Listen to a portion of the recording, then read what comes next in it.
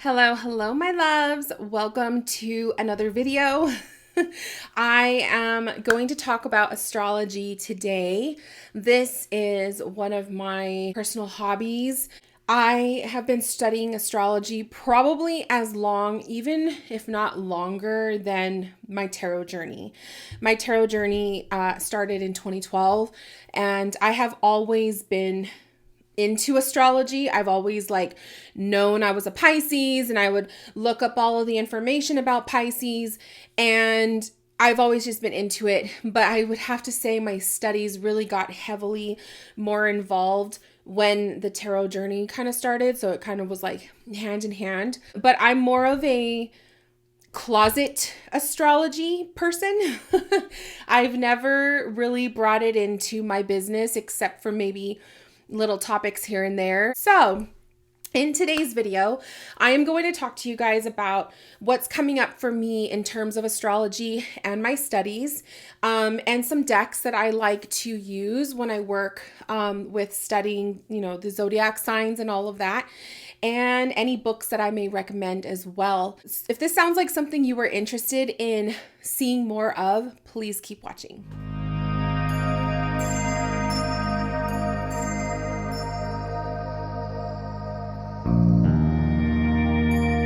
Okay, so I am going to try to get this video done in a timely manner before the friggin' sun moves into my face. So let's start with the books, okay? Let's start with the books and the tarot, not the tarot. I'm probably going to be getting this mistaken and saying tarot instead of astrology, but the Astrology Journal and my books. I also will link in the description box some of my prior astrology content. I've done videos throughout the years. If you are interested in seeing a little bit more of my astrology studies, I do recommend checking out those videos. They're pretty good. They're still really good and accurate. So a couple astrology books that I recommend personally. I have read quite a few. I have a whole bookshelf of them over there. I didn't want to take them all out and just, and show you guys. So please bear with me. The astrology book, the only astrology book you'll ever need. There is a more modern version of this available in Barnes & Noble right now. This is more of the vintage copy, and it's still really good. So this book goes into everything, mostly everything having to do with reading your birth chart, all of the facets of astrology, the signs, the planets, the aspects, like every little thing. So literally, if you want to start with one book to start your journey, I would recommend this one 100%. Even though this one is quite a bit years old, the content is still good. And that's like the cool part about astrology. A lot of the more vintage books that were done a while back, like even in the 60s, I think I have one that was done in the 60s. It's not as modern. Like obviously, like the text is not going to be as modern as what we're what's in and whatnot right now. But the most part, the information is pretty darn good. So just saying, the only astrology book you will ever need, it probably will be the only one you'll ever need to study with. But when you get into this journey, you will see how intense everything is. There are so many layers to astrology. So there's a book for everything. Just saying. My next one is the Astrology for the Soul. So this one taps into your north and south nodes. If you don't even know what that is, you'll find out as you go into your birth chart. But the north and south nodes are pretty much the angles of in your chart, where north node is, I believe north node is your life purpose. South node is kind of like your past life energy, or the life or the qualities about yourself that you've already been there, done that. This book goes into your north and south nodes. It's so good. It really gives you a bunch of information. I always say when you are studying your birth chart, it's really good to dissect your chart and really learn it in little bits and pieces.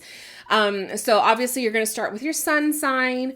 That's usually where most people start. So your sun sign, then you're going to learn about your moon or your rising, usually those top three. And then you can start learning about all of the other parts of your chart, like your Mars, your Venus, your Jupiter, your Saturn, and then also your north and south nodes. This one might be a little bit more advanced for some people, especially if you're not very much familiar with your birth chart. So I would definitely say if you're not really familiar with the birth chart, or you have like zero knowledge of astrology, you may want to hold off on this one. But if you are more of like an intermediate, or you're like, you are aware of your chart, this is a really juicy book, and I promise you, you will love it. So, Astrology for the Soul, Tarot and Astrology. This is to enhance your readings with the wisdom of the zodiac. I really love this book because it goes into the tarot cards and the astrology meanings behind each tarot card. It blends tarot with astrology. And I'm a tarot reader. Tarot cards are my jam. It's like my most favorite thing in the world. Well, maybe not my most favorite, but it's where it's where I'm most comfortable when it comes to my spiritual journey. And I love the concept of blending the astrology with it. I'm hoping, and I'm on the hunt to see if there's any other tarot and astrology books. I would really like to see one done with Rider-Waite. I believe the cards in this book are not Rider-Waite. They are from a different deck. And I would really like to see one with Rider-Waite, because that's kind of, to me, the more common tarot deck. And it's like, it's obviously my favorite. So I think that would be really cool to see a Rider-Waite inspired deck with the astrology. If any of you guys know of any, if there is one that exists, could you comment and let me know? Because I would really love to get that book. So really, really interesting. And if you are into astrology, but maybe you want to kind of blend both tarot and astrology together, then that would be also another good book to dive into. I wanted to show you guys my tarot journal. I'm not going to go into like detail with it. I actually go into more detail in my other video, so you guys can check that out. But I recommend having a binder where you keep all of your printouts and you keep all of your worksheets. If you're taking classes, you keep it all together in a binder. It's really helpful to have a book that you can go to for your, like I said, your information and whatnot. And as you get deeper into your astrology studies, it's really helpful to have blank, not blank, but have copies, multiple copies of your birth chart printed out so that you could use it alongside your note taking and whatnot. And having everything just put together in a binder to keep it organized. I would show you guys what's in here, but my chart is everywhere and I don't want my personal info to be on blast. Check out that other video because I do kind of go more in depth of my little binder. Let's talk about the decks, some tarot and oracle decks that I recommend, and then I'll share a little bit about what's going on in my world and why I'm talking about astrology right now. Let me organize this real fast. This is a new one that came into my collection. It's called the Set of 100 Cards Astrology Cards. It was one of those like cheapy decks off of Amazon.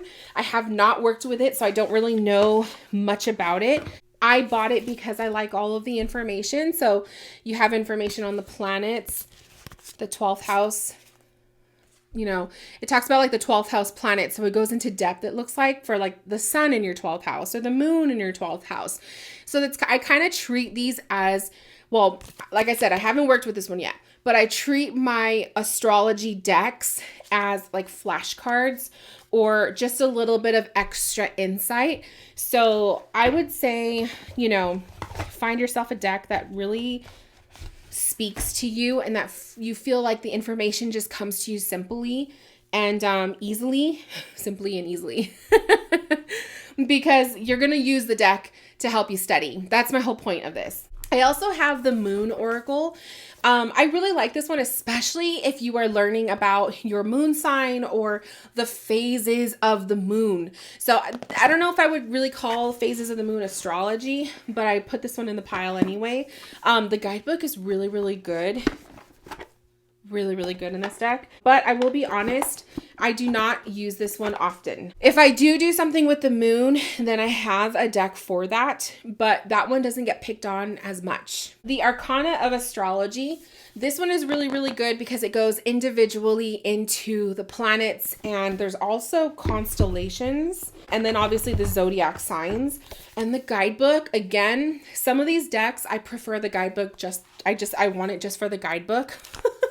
But they're really, really good. So this deck, it's really simple. Like, for example, Scorpio, right? You have the Scorpio card. It shows you the constellation of Scorpio. And you have this gorgeous picture of the card. And then you have all this information right here about Scorpio.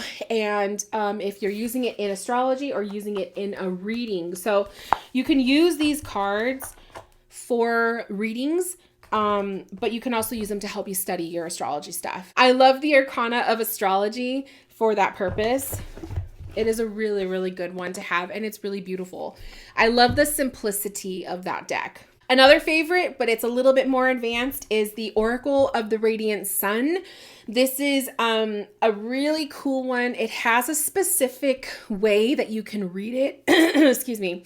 It has a specific way that you can read it, but you have to see the video I made for it. I will also link that one. Hopefully I can remember. But there is a video where I share how to use this deck correctly. I usually, when I'm working with these cards, if I'm using them in a tarot reading for a client, I use them as an oracle deck. But there is a system to this. So, and I really love these cards because they are absolutely gorgeous. Look at how those pictures come about. So, so, so gorgeous. So I definitely, I would definitely say it, you could, like I said, just like the Arcana of Astrology, you can use it in readings. You can use it for your studies. The book is really, really good. It goes in depth with the planets. It also talks about each of the cards. And yeah, it's a really cool study deck. And there's a lot of really good tarot spreads in there that you can use too. Next is my, well, I don't know if I would, like I said, the moon stuff. If you're getting into your moon signs or you just really like working with the moon, I pulled the Moonology messages. I believe the guidebook does go into some of the astrology of the moon and all of that. But again, if you're working with moon energy, you love moon energy, that is also another really good one to use in your studies. And last but not least, this is probably one of my most favorite of the zodiac oracles, the astrology oracles. That is the Black Moon astrology cards. These are beautiful. The images are gorgeous. I use them. Sometimes I just use them in regular readings. But I like to use these also for flashcards. You'll have like the sun in spirit, or the sun or spirit. That's like the oracle meaning of it, right? Moon, the soul. But look at how gorgeous the artwork is. It is so beautiful. See how gorgeous the colors. Close the blinds a little bit. But yeah, really, really beautiful. And this is also one that I would use, like I said, for flashcards. You have the fourth house, and it gives you a keyword for the fourth house, roots. I like that because it kind of gives you an idea of what the fourth house means, right? Fifth house, creativity. So if you're new to learning or you want to learn the houses of each astrology, get yourself a deck that does stuff like that. Because if you're really good with reading tarot cards and oracle cards, when you want to study astrology and you use something that you're already familiar or comfortable with, it makes the studies a lot easier. Makes them a lot easier. And then lastly, my tarot decks. So I have the Zodiac Tarot. This one's a cute little deck. It's actually really cute, but I really like it because it has the astrology, like it has the symbols on it. The Wheel of Fortune, it'll tell you it's Jupiter. Let's see. The 10 of Cups, it's Mars in Pisces. You'll have the symbols. So you got to like kind of have an awareness of the symbology in astrology. But I really like that they associate the elements with the court cards. They associate like certain astrology signs with the majors. And then you have like Mars in Gemini, Mercury in Cancer. If that doesn't make any sense to you, you'll have to start from the very beginning. But I really like that because it kind of gives you an idea, another look at, you have like the tarot card meaning of that card. And then now that you have, like, for example, the 9 of Cups, this is Jupiter and Pisces. So if you are learning astrology, you kind of know what Jupiter means, what Pisces means. You mash it together. Jupiter and Pisces has this whole energy. And then you put it side by side, the energy of 9 of Cups. You kind of get like a double whammy in your reading. They are very simple, and the artwork is just really cute. It's very cutesy to me. So I really love them. I just ordered this one and I just got it a couple days ago. This is the Celestial Tarot. This one's been around. I've seen this one, like, like it'll pop up in your recommendations and stuff. I've seen this one around, and I never thought to buy it. And now that I'm getting into my astrology stuff again, I thought, let me give this deck a chance. And I love the artwork. It's really gorgeous. I love the card backs. I have not worked with this deck yet, so I can't really give you much, of a review, but I love the artwork. It's beautiful. So like, here's the Fool, and the Fool is represented as Uranus. Magician is Mercury. So obviously you get, like, what the Magician means, or if you don't, if you read tarot, you know what the Magician means. Is Mercury already in Pisces? Like the transit, has Mercury moved into Pisces yet? Because my explanations, like my words, have been so jumbled. That is such a Mercury in Pisces. So this sun literally moves so fast. Okay. So yeah, I want to see, I really want to study more with this deck, because I got to see what else, what we can get from this. But it's really beautiful, and the artwork is just really gorgeous. It's soft. It's whimsical. I also forgot, I wanted to say, I don't have a Rider-Waite astrology deck. That's the other thing. I used to have one where I hand wrote the astrology symbols on my Rider-Waite deck. And then I think I gifted it to somebody, or given it away, or sold it. I don't know, because I don't have it. I don't have it anymore. If you guys know of a, it has to be Rider-Waite. If you guys know of a Rider-Waite deck that has the astrology symbols, can you let me know? And I know, like, Amazon will have those study cards where you'll have, like, the Rider-Waite picture. It's like really small. And then you have, like, all this words and stuff and the chakras. And then there will be the astrology symbol. I know that they have those, but I'm not looking for something like that. What I want is, like, how this card is, how the Empress has the sign, the symbol of Venus on there. But I really want an astrology, like a Rider-Waite, that I could, it has like the corresponding zodiac sign or the corresponding planets or whatever. I don't think there's one that exists like that. At least I've never seen one. So that's what I'm looking for. That's probably going to be a project of mine, that's actually a perfect project for astrology studies. I have a lot of just like random Rider-Waite decks. So maybe I'll just pick one of the ones I already have, and maybe I'll go side by side my tarot and astrology book and like just handwrite the corresponding symbols. Maybe that'll be a good practice. Maybe that'll be a fun little DIY for me. I think I'll do that. But yeah, I just wanted to mention that I don't have a Rider-Waite astrology deck, and I really want one. So if I can't buy one, maybe I should just make one. We'll see. So the whole point of this video, not just showing you guys some stuff, but I also wanted to talk astrology, like why.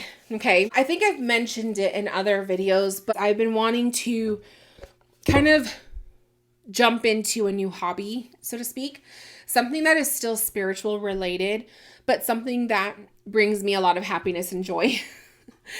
And I think because I have not taken a class in so long, like I literally have not taken any classes since my mediumship stuff, and that was like well over a year ago, I would say.